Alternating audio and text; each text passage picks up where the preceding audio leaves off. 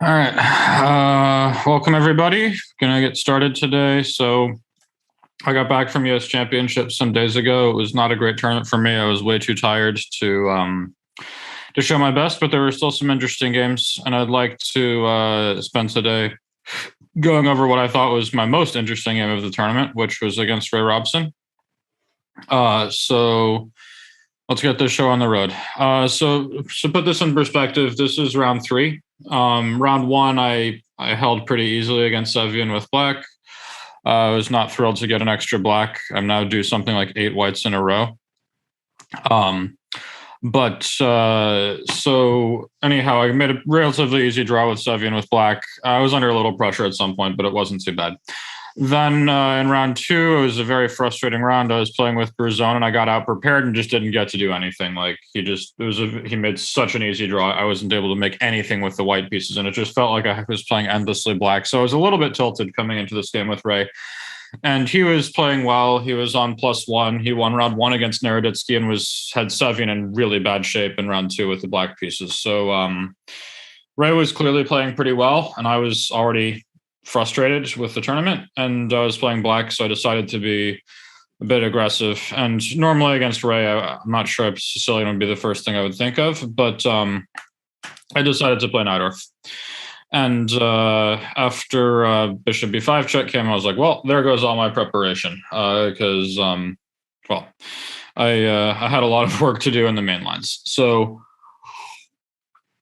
after bishop b5 check, the game continued knight d7, a4, knight f6. This was all still vaguely preparation. And let's start here. Does anybody know what's going on in this position, what the current state of theory is, and what the plans for each side should be here? The plan for black is to play d4 and win in the center. d4 is going to be hard to pull off. Do you mean d5?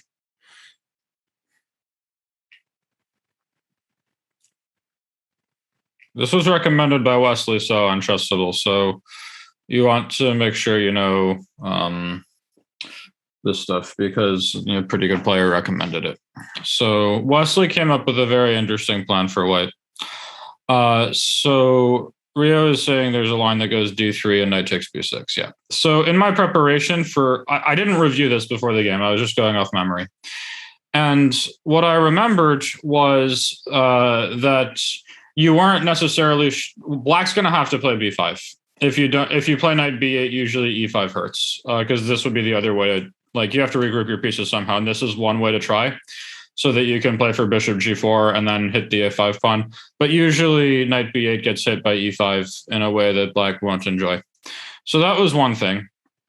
But I was aware that when we play b5, of course, white is going to play a takes b6, and then depending on how white puts his pieces, we're not exactly sure which piece to take back with. So for example, the line that I had in my preparation, which I hadn't reviewed and didn't remember, was rook e1. And then there's a line that goes b5, a takes b6. And black has, I think, quite a clever move here. What should he play?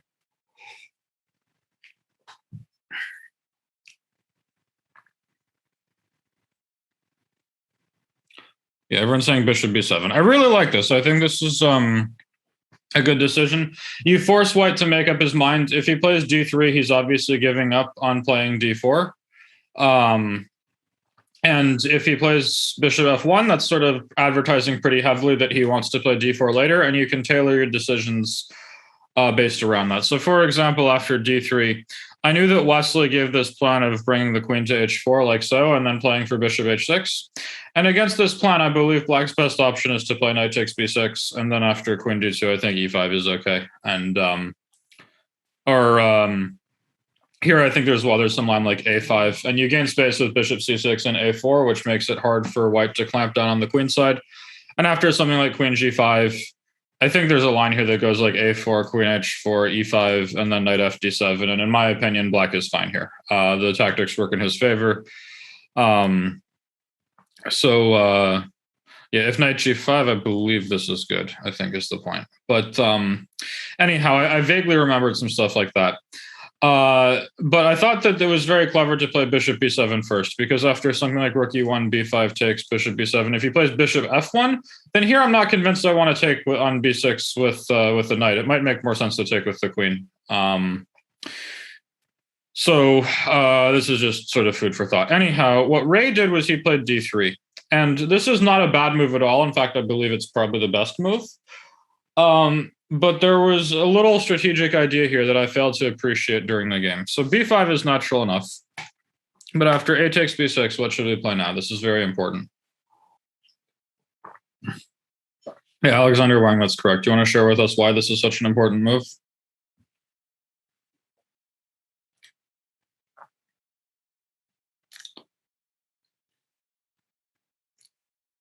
All right, so let me call on you. Participants, Alexander Wang.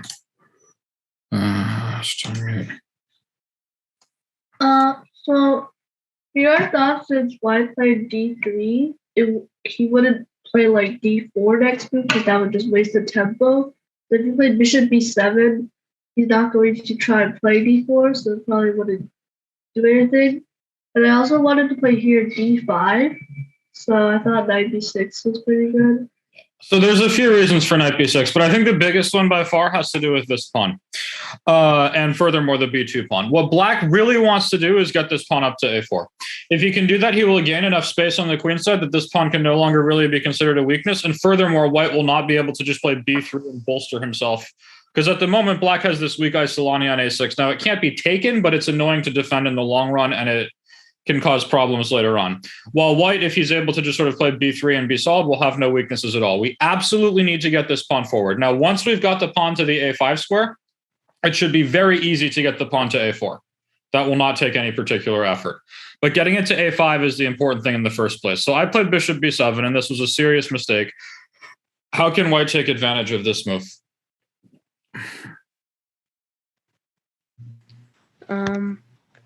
I said knight to d2 because I'm planning to go to b3 to stop the a5 push. Yeah. So the problem for black here is that he's not in time to play a5, because if he plays knight takes b6, there comes knight b3, and this is how the game went.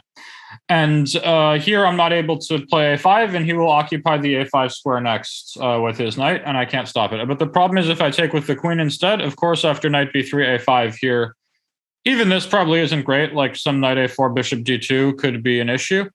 But knight c4 is much more to the point. And again, he will occupy the a5 square. And once this pawn is fixed on a6, white will be able to consolidate with b3 later, and the position can get very bad very fast. So after knight b6, we're going to take this from black's point of view again. I was hit with some preparation, and once he played knight d2, I had already realized I screwed up. And here I think black's already actually quite a bit worse, like not just a little worse, like clearly worse. So there came knight b6, knight b3, queen c7, and knight a5. And here I think I really made a bad decision. And I'm hoping y'all can do better. What should black play and why? I think it's almost only move territory already. And think carefully. Please give me a reason for making a move. If you give me a move that makes no sense and you have no reason behind it, that's not very helpful. I didn't yet appreciate how bad the situation was. So a couple people have given me d5, which I think is not what we want to be doing. You're going to leave yourself with two isolated pawns on the queen side, and the bishop on b7 is going to drop. Austin says knight c8 to a7. It's closer. But after knight c8, I think we can take this, and e5 is bad news. In fact, this is very bad news. So let's not do that. Yeah, Sepahur, that's correct. Why don't I call on you? I thought the move should be knight d7. Which one? F. Yeah. I like this move, knight f d7. Why do you want it? Because I want to play knight ba, knight c6, and eliminate the knight on a5. Probably knight e5 to c6 looks more active, but... Okay, yeah. Yeah, I think we absolutely need to get rid of this knight on a5.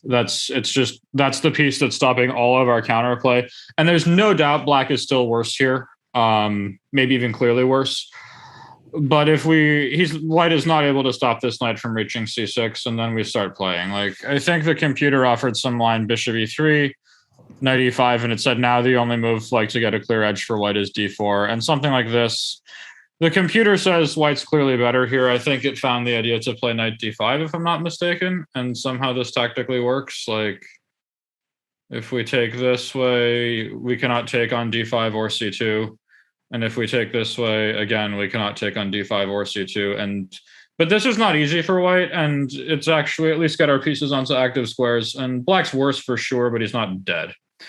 Anyhow, I played bishop c8, but the funny thing is, I think even if white just got to move again, I don't believe he would be taking this bishop. I think the knight's probably a better piece. Just controlling this a pawn is so nasty. So after bishop c8, bishop g5, I started thinking here, and I basically concluded my position's already almost hopeless. I mean, white's play is incredibly straightforward. He's going to go queen d2 and b3 to keep everything nice and solid. At some point, he can start throwing f4, f5 at me. And basically, I will have no counterplay ever. And I'm eventually going to get sort of mated on the king side. And I just sort of didn't really see much I could do about it either. Since if I ever bring my bishop to e6, it will just walk into f4, f5 even harder. And I couldn't find anything sensible to play. So after a long thought, I played e5, which does not solve my problems in the slightest. I think black still basically lost. But I think in practice, it was a reasonable decision because at least now I can stick my bishop on e6 without getting it rolled over. And I'm always very happy to see white play f4 because then after e takes f4 and some knight comes to d7 and I have long diagonal in the e5 square, we actually get to play. So here you guys get to play the white pieces. Now, what Ray did was not a bad move at all. In fact, I think it was the computer's first choice. But there was a move during the game that I saw that scared me a lot more, and I was very happy to see what Ray actually played. So let's see what you guys can come up with for white here. So people are giving me knight c4. This one, I mean, I'm sure white's clearly better, but I wasn't so scared of it. Like, let's say we go bishop e6 and challenge this knight and fight for the d5 square. But yeah, Roger has a good point. Roger, you want to share with us?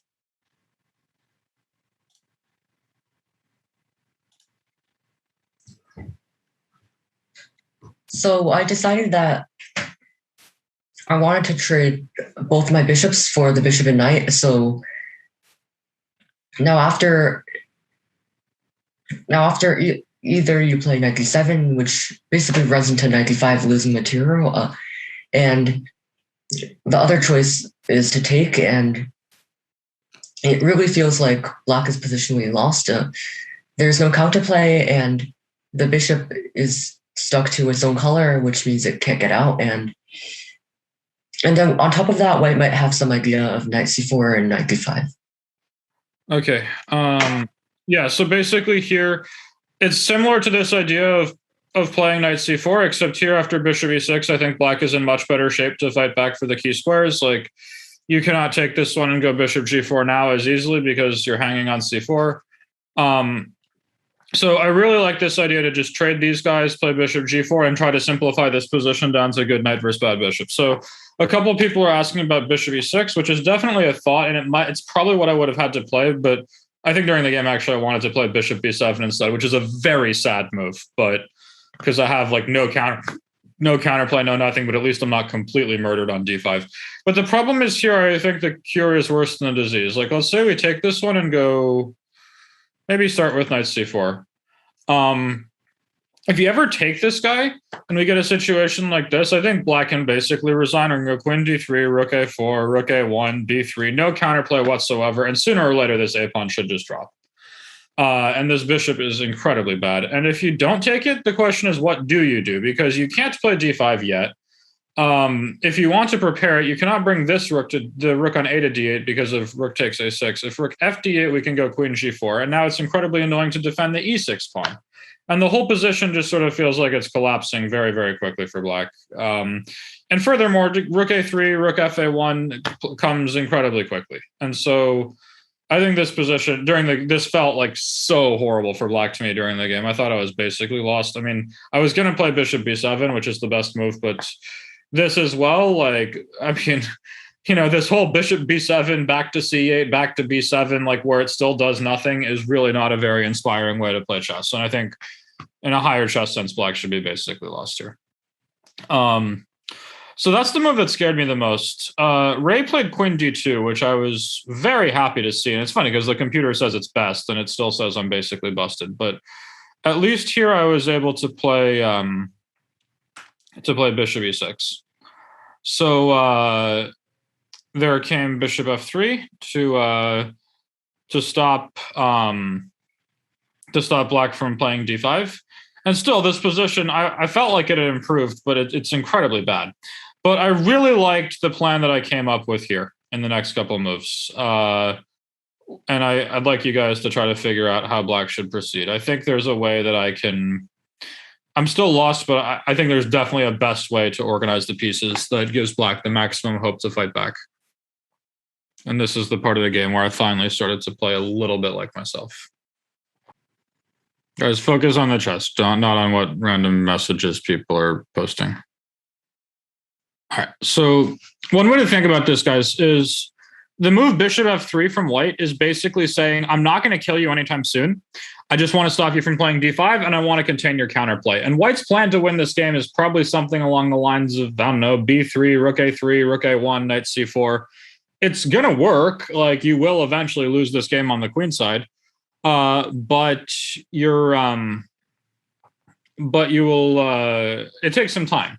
And so basically the move bishop f3 says, I'm killing your counterplay. I don't care what you have in the next few moves. Eventually you're going to lose this game. What we need to do is find counterplay. So Rio, that's the wrong idea, but I think it's getting in the right direction. So you don't want to share with us what you had in mind? Let me talk to Rio. So I'll find Rio here. Okay, so I want to play kh8, and then next move follow up with knight g8, and okay, maybe move the rook out of the way, and then followed by some f5 for counterplay, and h6 if possible, because the knight on g8 can support h6. Yeah. So we got our King's Indian player in the house. Get this knight out of the way, and then play f5. Right? Makes perfect sense. That's how we get counterplay. But on a scale of 1 to checkmate, how dangerous is f5? I don't really think it's going to do anything that horrible to white right away. And furthermore, when we play f5, this diagonal is going to be open. So in order to get f5 through, we are going to need to move this rook off of a8. What square is the best square for the rook? Anybody can answer. a7. Does that look like a happy square or a sad square? A lot of people are saying b8, but white's going to play b3. e8, probably. Okay, Rio, it's good. You can turn your mic back off. But yeah, I think e8 is the best square for this rook. Now, what we're thinking is when we play a move like rook a e8, who are we abandoning when this happens? What was that rook doing before? Yeah, so we're all seeing that a6 is going to be loose. When we play rook a e8, we're going to be loose. This pawn's going to be loose. And white's whole plan was to play something like b3, knight c4 in the first place to attack a6. So what Rio was suggesting was king h8, knight g8. Now that's, first of all, it's a tempo spent on king h8, which does not immediately get the knight out of the way. But second of all, let's imagine we play rook a e8. Where does that knight actually belong? The knight on f6. If we could reroute it somewhere, what do we want to do with it? Austin says c6, sure, but I think on the way to c6, where do we have to go instead? Yeah, people are saying b8. Yeah. So basically, I think this move knight fd7 is very clever. And the point is, what I want to do is set up with rook a e8, and then I'm ready for f5. Now, f5 is not the end of the world for white by any stretch, but at least something for him to think about and at some level of counterplay. And basically, if white plays something like b3, as he did in the game, first of all, when I bring my knight back to b8, it's nice that if white ever plays something like knight d5, that a knight on b8 can fight for the c6 square. But more importantly, when white plays knight c4, if I play f5 here, I think I'm just going to lose this race, and I'm going to lose it by a lot. I don't think it's even close. Like, white is going to crush the queen side in like 2 more moves. Knight b5 is coming next. Like, I'm about to completely collapse. I cannot give this pawn. So here we can go knight b8. And basically what my contention was here is I have one bad piece, the knight on b8. It's a really bad piece. It's performing a strictly passive role and not really doing much of anything else. But that's it. And then white doesn't have a great way to crash through to this pawn on a6. And it's very important that I got my rook out of the way from a8 first. So basically I'm saying one bad piece defending a6, stopping white's play. That bad piece has the potential to go to c6 and d4 later. Now, again, we're not ready to do it right now, but that could become a thing later on. And now also I'm ready to play f5. And it's not that easy for white to break through. And around here, I think the computer still says I'm basically lost. But I was feeling a lot better about my position and that I was actually organizing my pieces and getting some kind of practical chances. So Ray's next move was not terrible, but it wasn't a very scary one either. So he played h3. Now, this is not a move that makes me immediately fear that my queen side is going to collapse. So it gets me to think, what do I want to play next? And here I was very happy with the decision I came up with. So what should black play and why? Austin says f5 is the plan, but there's a question. Should we be playing f5 now, or do we want to prepare for it with something else? A good question is, how much time do we have?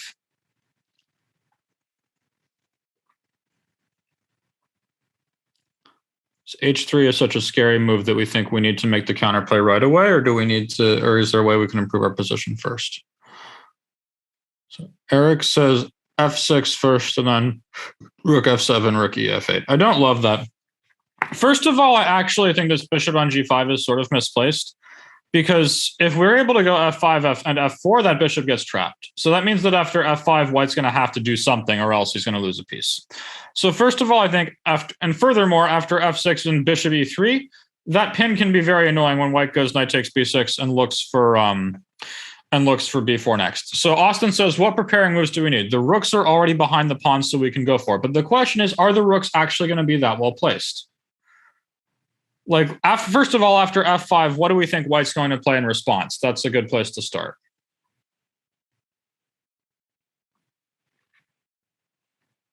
Rio says ef. Yeah, I think that's sort of what he has to do. So let's say this game goes f5, e takes f5. Every Russian schoolboy knows you take back on f5 with the pawn, and now what happens?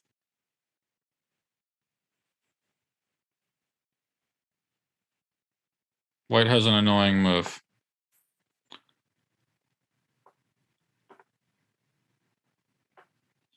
Knight e3, knight d5, I think that's asking a bit too much. But I think just taking this one and then knight d5, as Eric has said. This queen is now extremely bad. She doesn't have a great score to go to. One major issue is that if we play something like queen b7 or queen c6, is that this knight move comes with check. If we could meet knight f6 with e4, like, the position will blow up and who knows what's happening. That doesn't seem so bad. Or at least it's something we could sort of consider. Furthermore, another thing is, what's our actual plan to make more counterplay against white's king? What is the open file that we want to use? People are getting this, the G file. So I really think it's actually very helpful to start with the move king h8. Because if white's playing h3, that's sort of telling me he's not really sure how to actually execute on the queen side or what the plan should be. And once I have played king h8, now when I play f5, a few things have changed. So one is that after f5, e takes f5 and gf5, knight b6, queen b6, my queen can, in theory, step onto this long diagonal in some cases. Another thing that's happened is that if we go f5, they take everything, and then knight d5. If I take it, bishop takes d5 is not check, which means I will have time to play f4 and lock in white's bishop on g5, which could be an issue.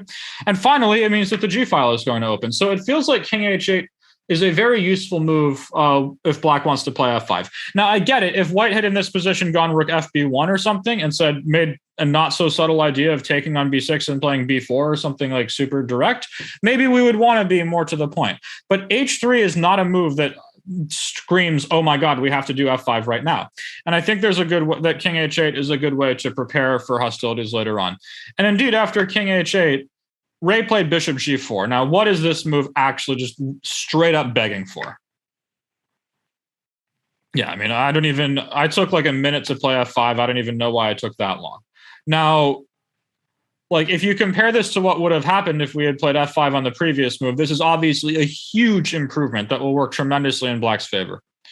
So the game continued. E takes f5, g takes f5, and chess. Like if you get outplayed in the opener, and you make a dumb decision like I did. Even if you're playing a really good game after that, which I think I was, you're still gonna have a bad position. There's no doubt black is still clearly worse here, but I was fighting back reasonably hard. So there came bishop h5. Next decision. We're saving this rook. We should save this rook. I think I briefly considered playing d5 to get a massive center, but the problem is here. The move bishop h6 annoyed me too much. And I don't really think... I did consider it, but I don't think this is great. So we have to save this rook, and we have to make a choice. Do we play bishop f7, or do we play rook c8? We're saying rook c8, bishop is too important. Why is the bishop so important? And furthermore, what do we expect white's next move to be? What is white going to play next? That's a good question to ask yourself before deciding between bishop f7 and rook c8. I said the bishop on h5, it's controlling the f7 and the e8 squares, but the black bishop on e6 is just kind of hitting that knight on c4, and that doesn't really do anything. And it's also blocked by the pawn on f5, so I thought that if we trade the bishops, then trading one of our bad pieces for one of white's good ones. So there's a lot of reasons that bishop f7 is the best move, but I'll highlight a few. One is I think it's not a great piece. It's sort of in the way. Two, I think white's next move is very likely f4. He doesn't want to let black play f4, gain all the space, and maroon the bishop on g5, where it will be in danger of being lost. So given that white is playing f4, we're going to anticipate that the e-file is going to potentially open. So having a rook on the e-file is nice. And furthermore, after bishop f7, once we have traded these guys, it's pretty clear we wanted to use the g-file. Now we are closer to bringing both rooks to the g-file as opposed to just one, because we have lifted a rook up to the 7th rank.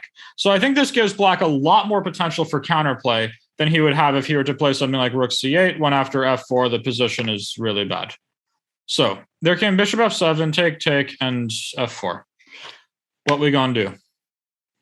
Okay, so e takes f4, bishop d4, and rook g8, rook f g7. That's fine, but it's assuming white's not going to get to make moves either. Like after ef4, bishop takes f4, like you're getting smashed on d6.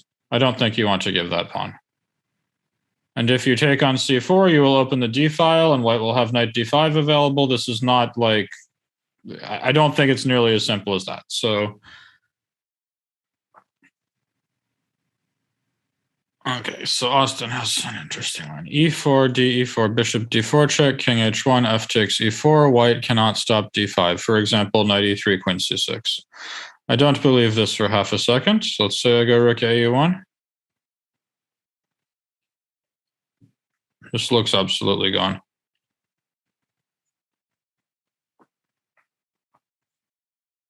I think you d5, but can't I take and then take this one on d5 next?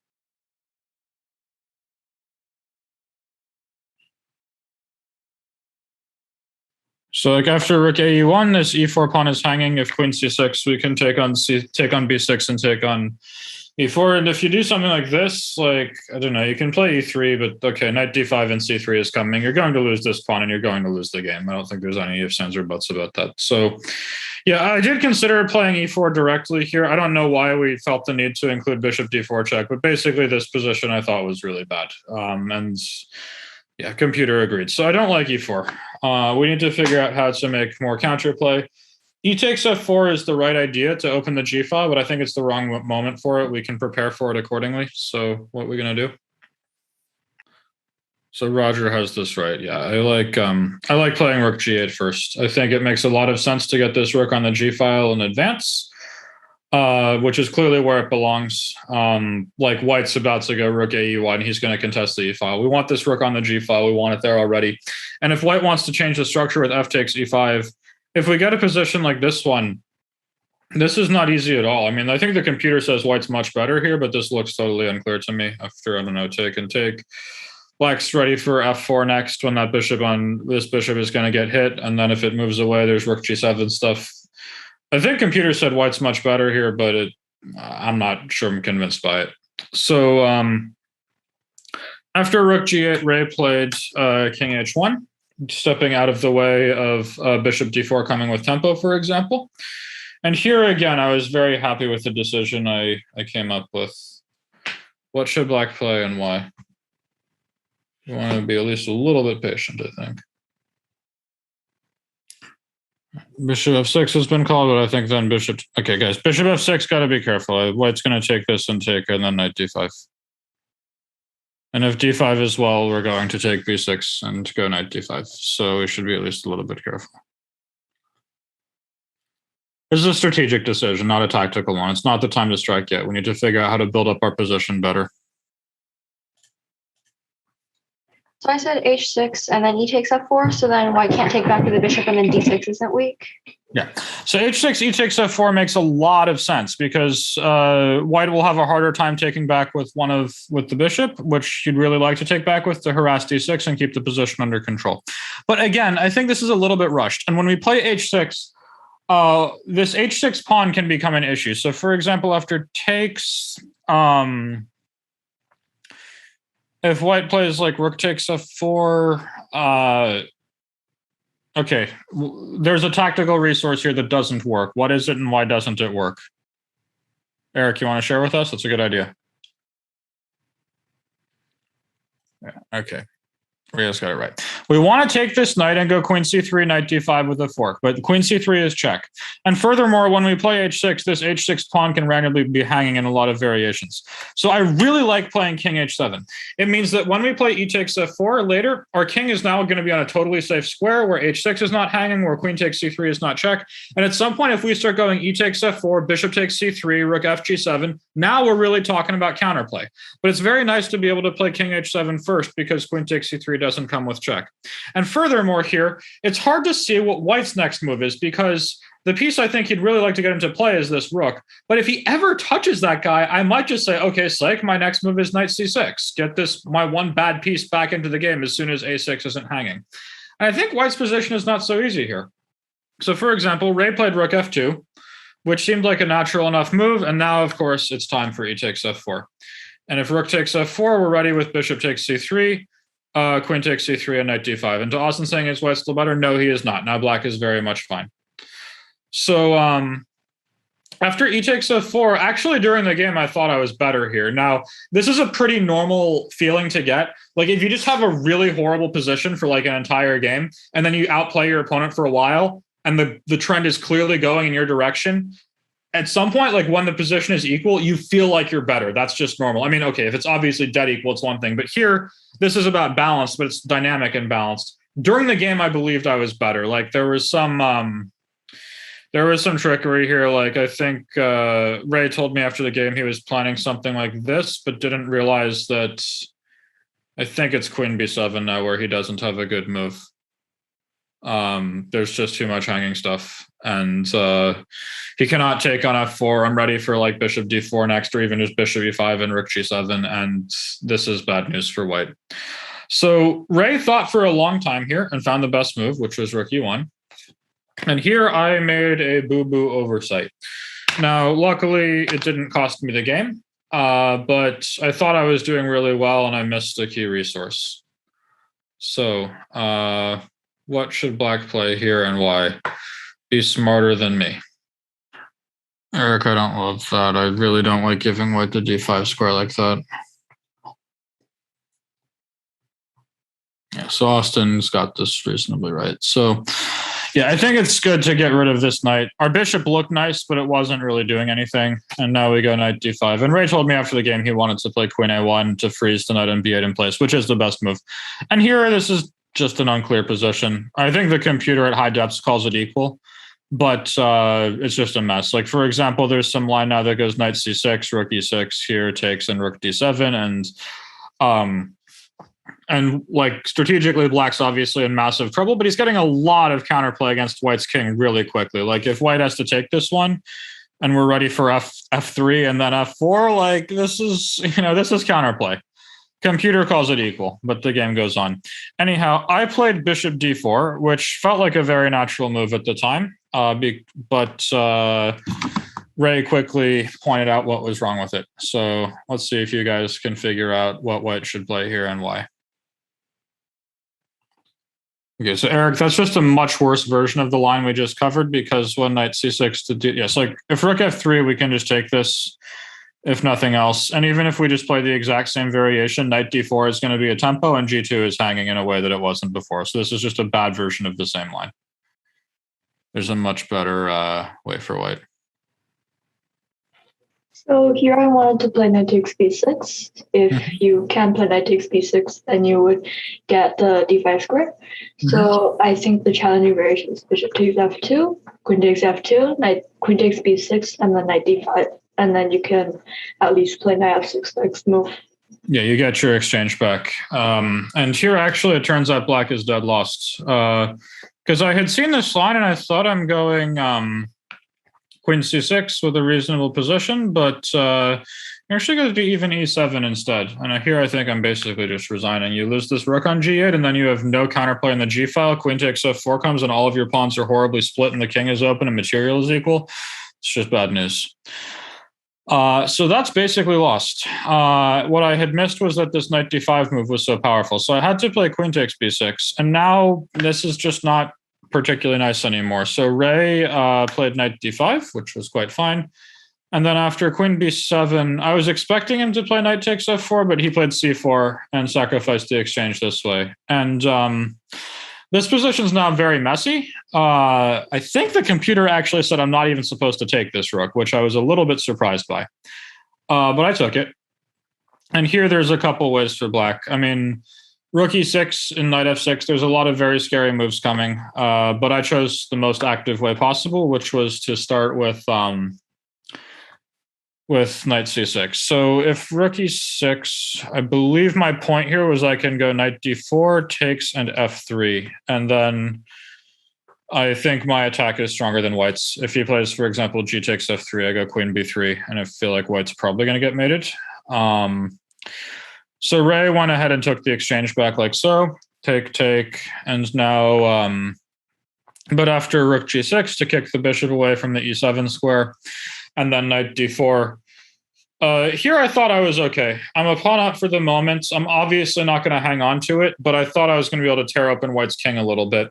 But it's actually not that easy. There came king h2.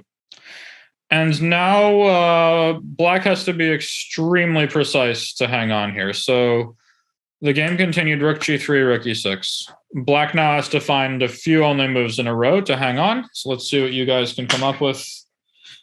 What should we do? Rook e3. Yeah, so rook e3 has been called, but of course you have to be ready for rook takes d6 there, not rook takes e3. White's not going to give you a free pass pawn like that. All right, rook g6, take, maybe a draw. I doubt it, but all right. So let's see what people have come up with. So queen g7 has been called. Rook takes d6, queen e5, and I don't get it. After queen takes d4, I think we resign. Other moves. Queen c6 from Kelsey Liu. Here, the move that bothered me was actually c5, because after queen takes c5, we're no longer threatening g2, which means that following check and check, here h4, we're not mated, and here white wins, I think. So that was bothersome. I think b4 is also just good. But rook g6 has been called and saying that maybe this is a draw from the a pawn, but I don't think so. Like, we take this one and then take this one, take this one. I think we're taking too much stuff. Maybe it's, I don't know. Even here, like, even if we just start running the c pawn, like, white should win this race. The c pawn is a lot more further advanced than the a pawn. But I think somebody got this right. Am I sure about queen c6, Ria? Which line? I mean, I think both b4 and... I was worried about c5, but I believe both b4 and c5 probably win. What's the move after c5? I think this is gone.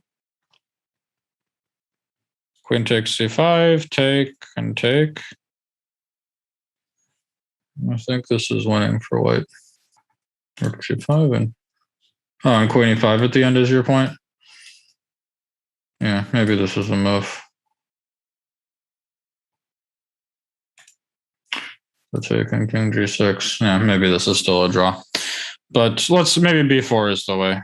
This is probably stronger. Like black just doesn't have a move now, and c5 is coming. So it's queen d7 now. You could have played queen d7 last. Okay, now I'm going to take this one. Now no more nonsense. Now this one is getting taken. Yeah, here a couple of people have got this.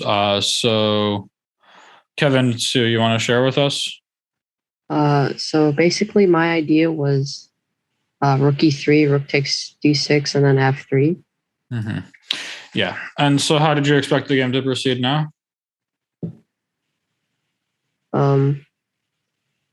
He could take, but that's just bad because like you have like queen c7 or queen e7, queen c7, queen somewhere intelligent. Yeah. I think actually it's queen c7, queen g3, rook e2 check, rook e6, and black wins.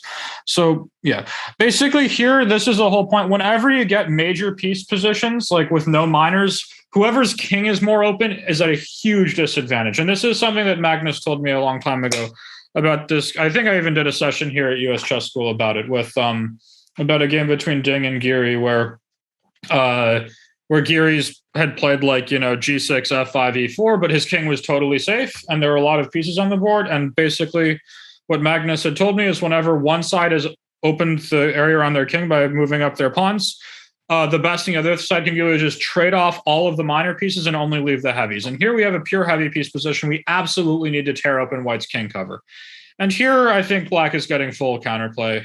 Ray found queen g3, which is not quite only move, but I mean, it's not crazy difficult, but like, I think white's position is quite tough actually, if he doesn't find this. So yeah, the game went queen g3, queen g7. And then after take and take, if rook takes d4, I can play something like, for example, I calculate a line f2, rook f4, take, takes, and I know, say something like this. We'll get this endgame, but it's obviously a very routine draw. I mean, nominally he has the extra pawn, but I'm never going to lose. So Ray pushed it a little bit harder. He took on f3, which was the best move to keep this pawn alive and run up with the king, but it wasn't too hard. So I took b3, rook d4, a5. Yeah, so here when I played a5, I understood that I'm going to get to a 2 versus 1. Like, for example, if he plays rook d5, he wins a pawn. Like, he can certainly do this whenever he wants it.